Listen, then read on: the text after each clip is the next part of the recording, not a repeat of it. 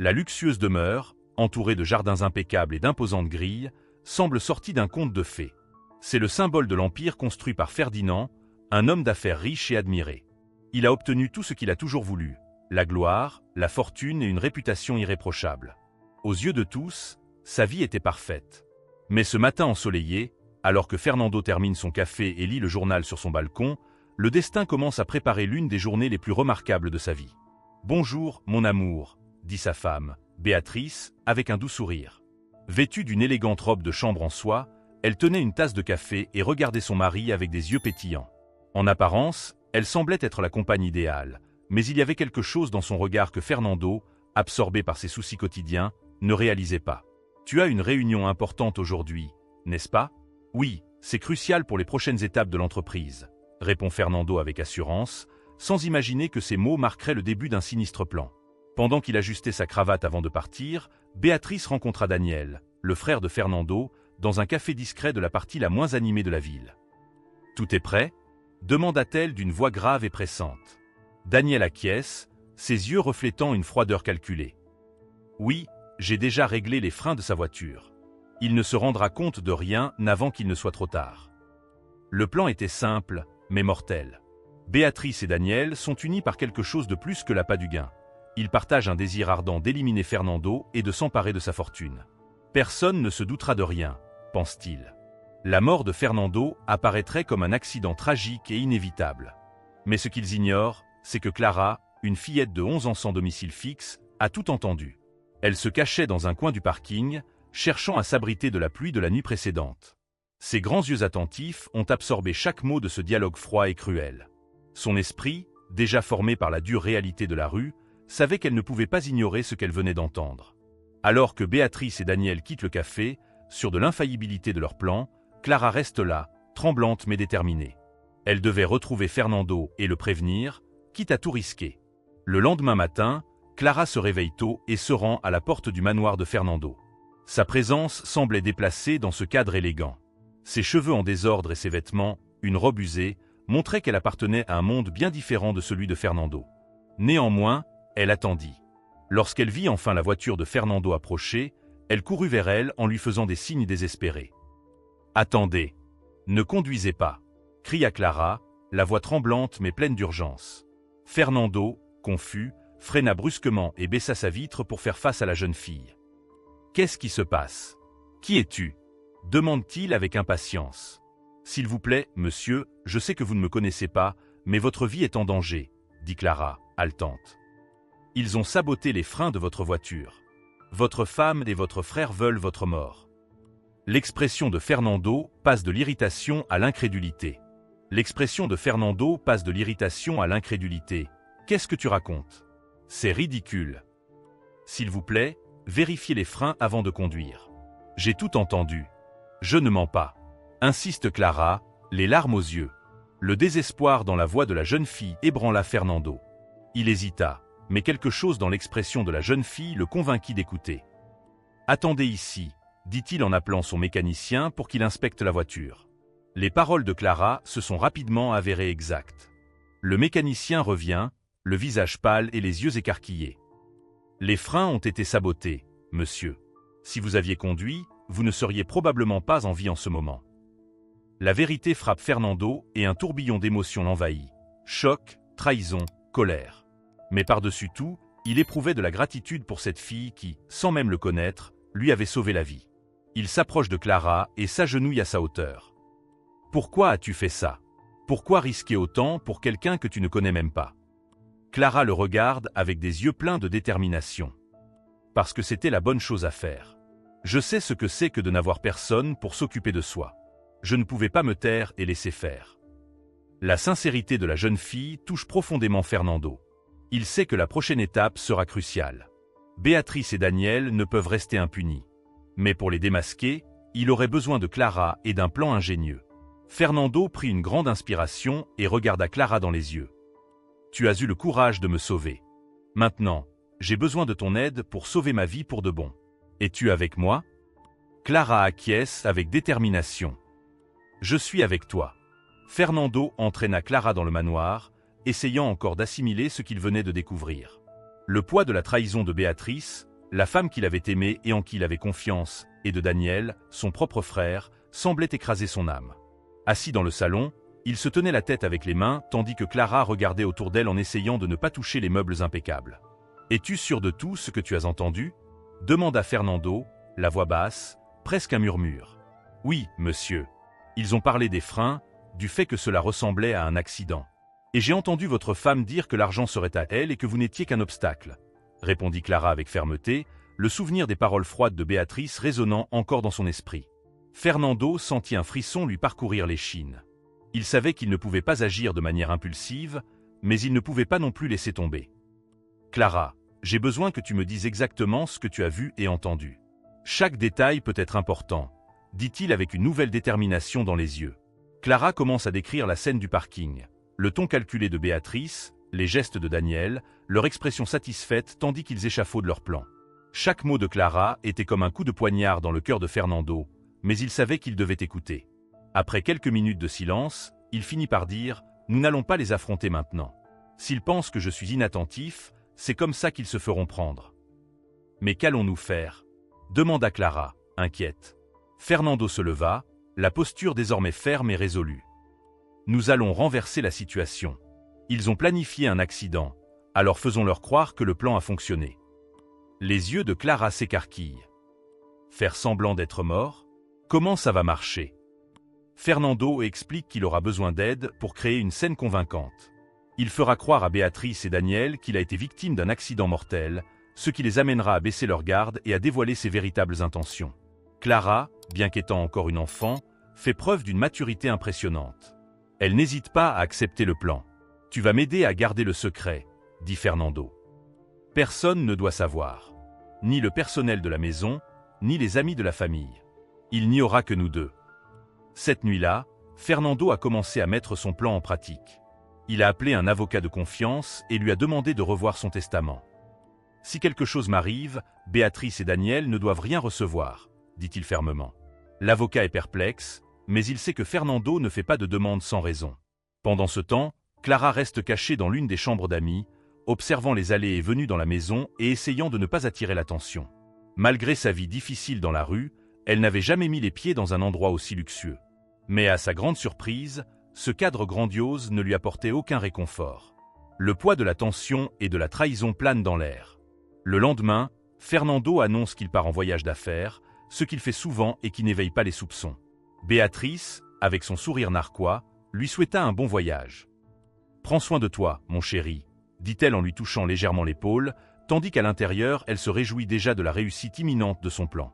Fernando monta dans la voiture qu'il avait spécialement préparée pour la journée. Clara l'accompagna, cachée sur la banquette arrière, protégée par une couverture pour que personne ne la voie. Ils se rendent sur une route déserte, où Fernando s'est arrangé avec un mécanicien pour créer la scène de l'accident. La voiture était équipée de dispositifs permettant de simuler un incendie contrôlé. Le moment venu, Fernando et Clara sont sortis du véhicule avant d'activer le mécanisme. Les flammes se sont élevées rapidement, consumant la voiture et créant une scène de destruction réaliste. « Maintenant, il ne nous reste plus qu'à attendre », a déclaré Fernando en regardant la voiture brûler. Sa voix était calme, mais Clara a remarqué la tristesse dans ses yeux. Il était sur le point d'abandonner sa vie telle qu'il la connaissait, même si ce n'était que temporairement, afin de faire éclater la vérité. Au fur et à mesure que la nouvelle de la mort de Fernando se répand, Béatrice et Daniel commencent à montrer leur vrai visage. Le lendemain, Clara et Fernando, qui se cachent désormais dans une simple maison à la périphérie de la ville, reçoivent des informations de l'un des fidèles employés de Fernando. Béatrice agit comme si elle était en deuil, mais elle a déjà parlé du testament à l'avocat, explique l'employé. Elle et Daniel semblent plus soulagés que tristes. Fernando ferma les yeux et respira profondément. Il savait que ce n'était qu'une question de temps avant qu'ils ne tombent dans leur propre piège. Béatrice se trouvait dans la pièce principale du manoir lorsque l'avocat arriva pour discuter du testament. Vêtue de noir, un foulard délicat à la main, elle avait tout de la veuve dévastée. Ses yeux étaient rouges, mais Fernando savait d'où il regardait qu'il n'y avait pas de larmes sincères derrière ce masque. Daniel, quant à lui, restait silencieux, mais le sourire discret au coin de ses lèvres trahissait la satisfaction qui se cachait derrière sa façade respectueuse. « Je n'arrive toujours pas à croire qu'il est parti », se lamente Béatrice d'une voix pleine de tristesse simulée. « Mais la vie doit continuer, et il y a beaucoup de responsabilités à régler. » Je veux m'assurer que tout se passe conformément aux souhaits de mon cher mari. » L'avocat, un homme expérimenté qui avait tout vu, n'a montré aucune émotion lorsqu'il a ouvert le testament.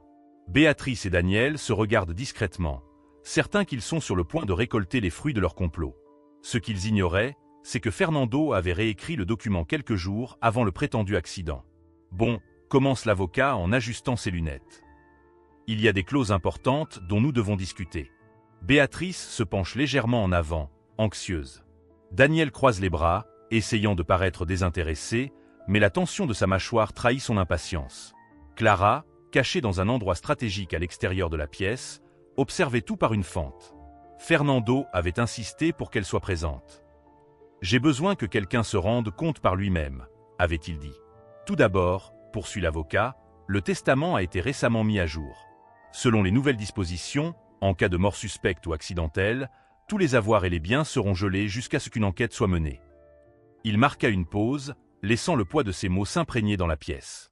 Le visage de Béatrice pâlit. Une enquête? Mais ce n'est pas nécessaire. L'accident était clair comme de l'eau de roche. Il n'y a pas lieu d'enquêter, protesta-t-elle, la voix légèrement tremblante. C'est ce que dit le testament, répond l'avocat, impassible. De plus, une clause précise mentionne qu'en cas de preuve de complot ou de mauvaise foi, les bénéficiaires désignés seront immédiatement écartés. Daniel se déplace sur sa chaise, visiblement mal à l'aise. C'est ridicule. Michael, je veux dire Fernando, n'a jamais soupçonné personne. Pourquoi ferait-il une chose pareille? Demanda-t-il, essayant de dissimuler son irritation. C'était ses instructions, a répondu l'avocat. Maintenant, nous devons attendre les résultats de l'enquête avant de transférer des actifs. Béatrice tente de garder son calme, mais son visage est désormais marqué par la frustration. Cela n'a pas de sens, marmonne-t-elle à Daniel, mais Clara, de là où elle se trouve, se rend compte de la colère cachée dans ses paroles. Leur plan parfait commençait à s'effondrer, et ils le savaient tous les deux. Pendant ce temps, Fernando regardait de loin, suivant les histoires de Clara et de l'avocat. Il savait que la prochaine étape serait essentielle pour démasquer le duo d'une fois pour toutes. « Ils sont pris au piège », dit-il à Clara, alors qu'ils planifient tous deux leur dernière action. Mais ils essaieront quand même quelque chose. Les gens comme eux n'acceptent jamais la défaite facilement. Et Fernando avait raison. Le soir même, Béatrice et Daniel se rencontrent secrètement dans le bureau de la maison. « Il faut trouver une solution », dit Béatrice, la voix lourde de désespoir. « Nous ne pouvons pas tout laisser tomber maintenant. Peut-être qu'il est temps que nous disparaissions pendant un certain temps, » suggéra Daniel, mais Béatrice secoua la tête, les yeux brillants de détermination. « Non, pas avant d'être sûr qu'il n'y a pas d'autre issue. Il y a encore quelque chose que nous pouvons faire. Nous devons trouver le testament original et le détruire. S'il n'y a pas de preuve de la mise à jour, tout redeviendra comme avant. » Clara, qui écoutait à nouveau, ne perdit pas de temps. Elle courut vers le téléphone que Fernando lui avait laissé et l'appela, lui chuchotant rapidement ce qu'elle venait d'entendre. « Ils sont désespérés. Ils veulent détruire le testament, » dit-elle. « Bien, » répondit Fernando, un ton de soulagement dans la voix. « C'est ce dont nous avons besoin. C'est le moment idéal pour agir. Prépare-toi, Clara. La vérité est sur le point d'éclater. » Fernando contacta les autorités, leur remit les preuves qu'il avait rassemblées avec l'aide de Clara et de l'avocat. Il savait qu'il devait agir rapidement pour éviter que Béatrice et Daniel ne détruisent des preuves. Cependant, le plan doit être parfait et l'exécution doit être précise. Le lendemain matin, alors que Béatrice et Daniel cherchaient frénétiquement l'original du testament dans le bureau du manoir, Fernando entra par la porte d'entrée, accompagné de 2 policiers. Sa présence est comme un éclair dans un ciel dégagé, inattendue et dévastatrice. Béatrice se figea à sa vue, son visage se déformant dans un mélange de surprise et de terreur. « Fernando » marmonna-t-elle, incapable d'en croire ses yeux. « Es-tu vivant ?» Fernando s'arrêta dans l'embrasure de la porte, les yeux fixés sur eux deux. « Surpris de me voir ?» demanda-t-il, la voix empreinte d'un calme dangereux. « J'espère que oui, parce que je sais exactement ce que vous prépariez tous les deux. » Fernando entra dans le bureau d'un air imposant, la voix ferme et le regard fixé sur Béatrice et Daniel. « Vous pensiez vraiment pouvoir vous en tirer comme ça ?» Il brandit un dossier rempli de documents, tandis que les policiers le suivent de près. Béatrice recula d'un pas, les lèvres tremblantes. « Fernando, tu ne comprends pas. Ce n'est pas ce que tu crois. » Elle tenta désespérément de formuler une excuse, mais sa voix était fragile et peu convaincante. « Oh, ce n'est pas ce que tu crois. » Fernando répliqua, la voix teintée d'ironie. « Alors explique-moi pourquoi toi et mon frère aviez l'intention de saboter les freins de ma voiture pour me tuer. » Il jette le dossier sur la table, faisant s'éparpiller les papiers. Preuve. Déclaration. Conversation enregistrée. Tout est là. Daniel tenta d'argumenter, levant les mains comme pour apaiser la situation. « Fernando, tu dois comprendre. J'ai été troublé. Elle m'a manipulé. » Manipulé. Fernando s'approcha de lui, le regard glacé. « Tu es assez grand pour prendre tes propres décisions, Daniel. Ne la blâme pas. Vous êtes tous les deux responsables. » Béatrice, comprenant qu'il n'y a pas d'échappatoire, laisse tomber son masque. « Et alors ?» s'écrie-t-elle, le désespoir débordant enfin. « Tu n'as jamais vraiment tenu à moi. Tout ce que tu as toujours aimé, c'est ta compagnie, ton argent. J'en avais assez d'être invisible, de vivre dans l'ombre de ton ambition. » Fernando inspira profondément, retenant la colère qui menaçait d'exploser. « Et c'était ça, ta solution? Planifier ma mort? Me priver de tout ce que j'ai construit à force de travail? Tu m'as laissé tomber comme je ne l'aurais jamais imaginé, Béatrice. » La police est intervenue, menottant Béatrice et Daniel. Elle se débat contre les menottes, les yeux pleins de fureur. « Tu peux me détruire, mais tu n'auras jamais ce qui compte vraiment, Fernando. Tu seras toujours seul. » Fernando resta silencieux, laissant ses paroles résonner dans l'air. Lorsque les policiers les conduisirent tous les deux vers la sortie, il regarda Clara, qui avait tout observé avec attention, les yeux écarquillés. « Tu vas bien, Clara ?» demanda-t-il d'une voix douce. Elle acquiesce, mais ses yeux sont humides. « Tu as réussi. Ils ne peuvent plus te faire de mal. » Fernando posa une main sur son épaule. « Je n'aurais pas pu le faire sans toi. Ton avertissement m'a sauvé et je ne l'oublierai jamais. » Les jours suivants, Fernando s'efforce de réorganiser sa vie. La trahison de Béatrice et de Daniel a laissé de profondes cicatrices, mais elle a aussi fait place à quelque chose de nouveau. Il a décidé qu'il était temps de rendre à Clara son acte de courage. Un matin, alors qu'ils prennent un café dans la cuisine du manoir, il dépose une proposition sur la table. « Clara, » commença-t-il en la regardant droit dans les yeux, « tu as une force que peu de gens possèdent. Tu as tout risqué pour m'aider, sans même me connaître. Je veux t'offrir quelque chose que je n'ai jamais eu le courage d'offrir à personne. Un foyer. Je veux que tu fasses partie de ma famille. » Clara est restée silencieuse un moment, les larmes coulant silencieusement sur son visage. « Je n'ai jamais eu de vraie famille. Tu es sérieuse ?» Fernando sourit. « Je n'ai jamais été aussi sérieux. Je veux que tu aies les opportunités que tu n'as jamais eues. Et je veux apprendre de toi, de ton courage et de ta gentillesse. » Au fil du temps, Clara est devenue plus qu'une alliée. Elle est devenue une fille pour Fernando. Il l'a inscrite dans une école prestigieuse, mais plus encore, il lui a offert quelque chose que l'argent ne pouvait pas acheter. L'amour, la sécurité et le soutien. Pendant ce temps, Béatrice et Daniel subissent les conséquences de leurs actes. Ils ont été jugés et condamnés, leurs actes enfin exposés au monde. Fernando, quant à lui, a choisi d'aller de l'avant, sans ressentiment, mais avec une détermination renouvelée de construire une vie qui ait du sens. Cette histoire nous montre que le courage et l'honnêteté peuvent transformer les situations les plus difficiles. Avez-vous déjà été témoin ou victime d'un acte de bravoure qui a tout changé? Partagez-le avec nous dans les commentaires et abonnez-vous à notre chaîne pour découvrir d'autres histoires inspirantes comme celle-ci. N'oubliez pas de laisser votre commentaire et d'envoyer cette vidéo à quelqu'un qui a besoin d'un peu d'espoir aujourd'hui. À la prochaine fois.